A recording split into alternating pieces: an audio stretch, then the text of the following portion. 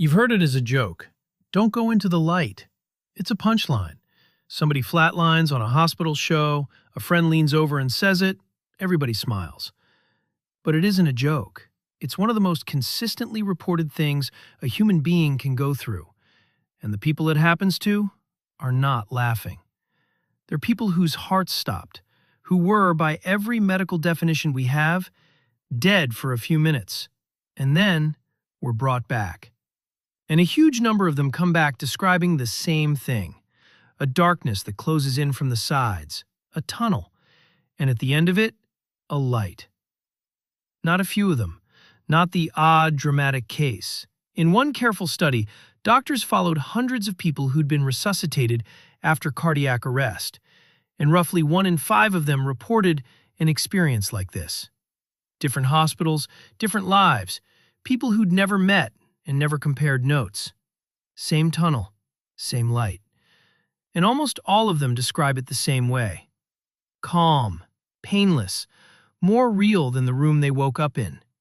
So let's be clear about what we're actually asking, because it's easy to get this wrong in both directions.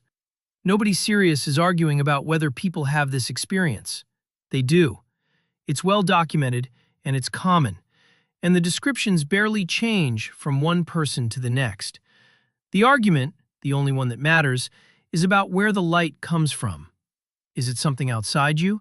Something the dying are finally able to see? A door at the end of everything? Or is it something the dying brain is doing, all by itself, on the way out? That's the whole question. And the strange part is that we can answer more of it than you'd think. Start with the tunnel, because the tunnel turns out to be the easy part. Your eyes are needy.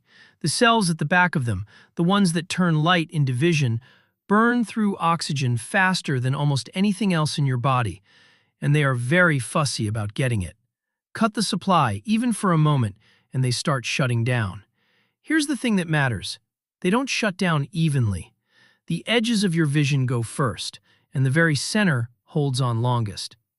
So as the blood pressure drops and the oxygen fades, your whole field of view begins to darken from the outside in, closing down to a single bright point in the middle. A tunnel, with a light at the end of it. That is not a metaphor. That is the actual physical shape of your vision failing. And we know this because we can do it to people who are nowhere near dying. Fighter pilots.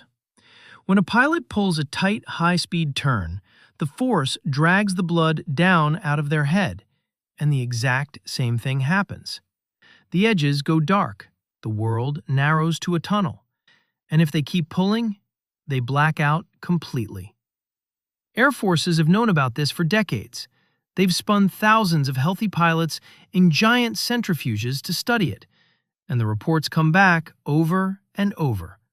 Tunnel vision, a bright central light. And in a lot of cases, in the few seconds of blackout, brief, peaceful little dreams that the pilots wake up not wanting to leave. One researcher who ran these tests for years noticed how much they sounded like the stories from the hospital. And he was right to notice. It's the same machinery, running low on the same fuel. The tunnel and the light aren't the doorway to anywhere. They're what it looks like from the inside when the eyes and the brain start to go dark. Which feels like it should settle the whole thing.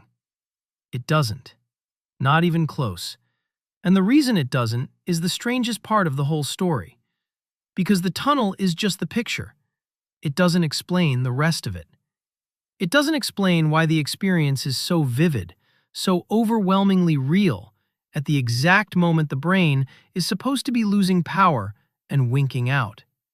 You'd expect a dying brain to fade, to get dim and confused and quiet, like a radio losing signal.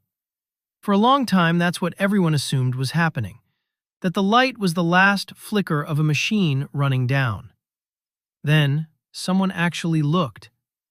In 2013, a lab put fine sensors on rats and recorded their brains through the moment of cardiac arrest, straight through the point of death.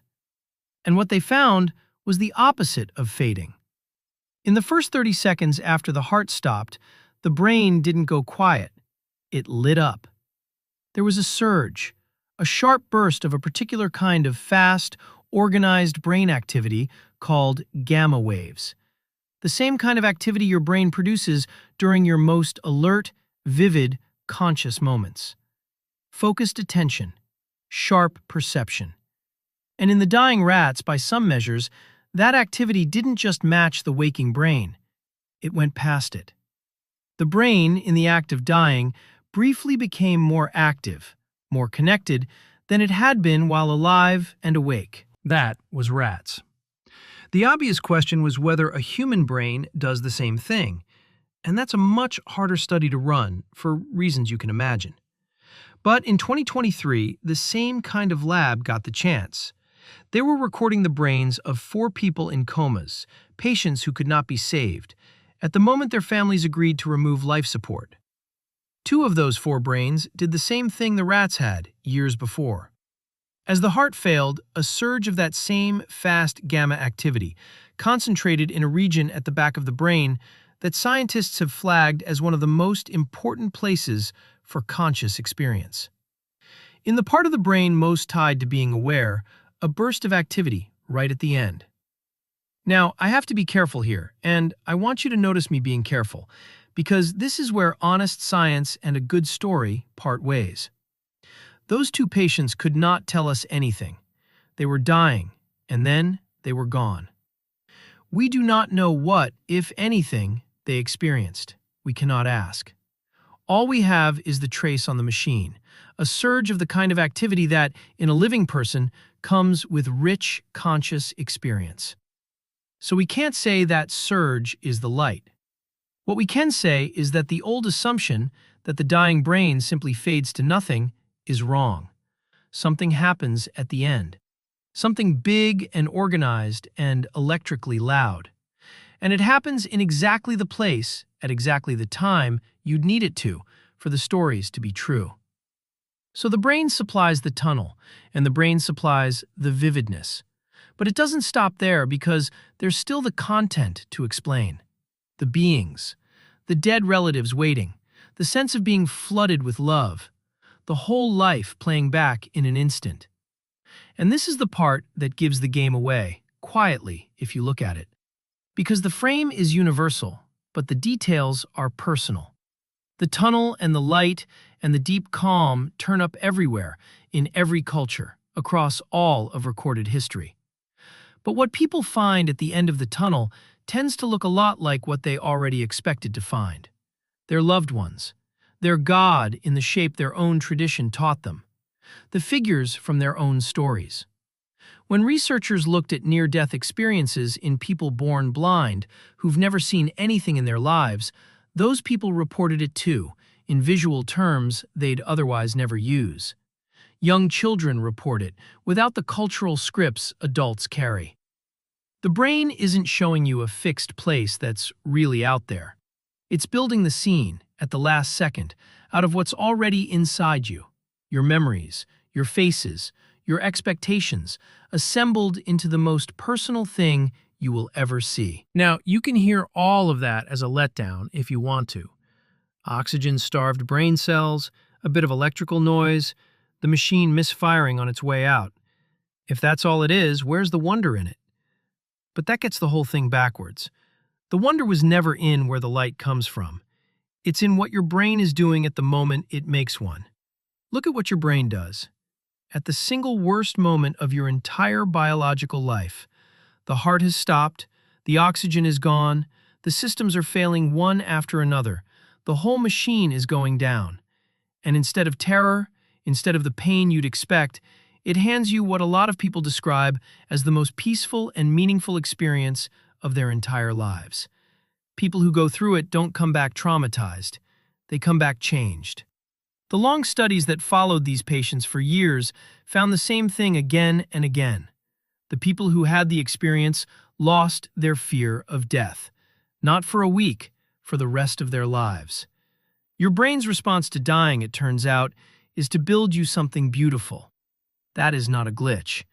That might be the most extraordinary thing the human brain ever does, and it saves it for the very end. And yet, for everything we've just worked out, There's a hole in the middle of this that we can't close. It's the one that matters most, and it isn't going anywhere. We can't catch it happening. Every single account of the light comes from someone who came back, someone who was pulled out of it, revived, and is now telling us, from a hospital bed, what they remember. Which means we are always looking at the footprint, never the foot. We have the brain data on one side, from patients who mostly didn't survive to describe anything. And we have the vivid stories on the other side, from survivors whose brains we weren't recording at the crucial moment. We have never once been able to line the two up, to watch the surge and hear the experience from the same person at the same time, and know for certain that this pattern of light on a screen is that feeling of light in a mind. The one experiment that would close the gap is the one experiment you can only run on someone who won't be coming back to tell you the result.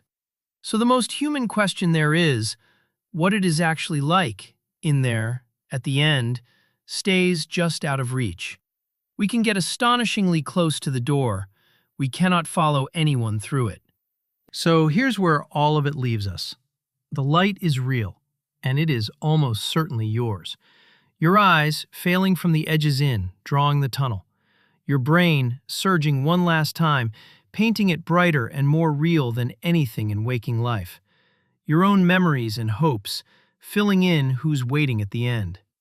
Not a place you travel to, a thing your mind makes, in its final act, out of nothing but itself. And if you ask me, a brain that meets its own ending by building a moment of peace that stays with the people who live through it for the rest of their days, that's stranger and better than any story we could have made up about it. That's where this series ends. 5 questions, and underneath every one of them, the same quiet answer. Why we dream. Whether we can steer the dream. What's holding us down when we wake and can't move? What floats up and looks back at the bed? And now, the last light at the very end. Every one of them turned out to be the same machine. Not a soul, not a signal from somewhere else. A brain, sitting in the dark behind your eyes, building the entire world you live in, right up to the moment it stops. And here's the thing. We've barely scratched it. So I'm going to leave the comments open and ask you something directly.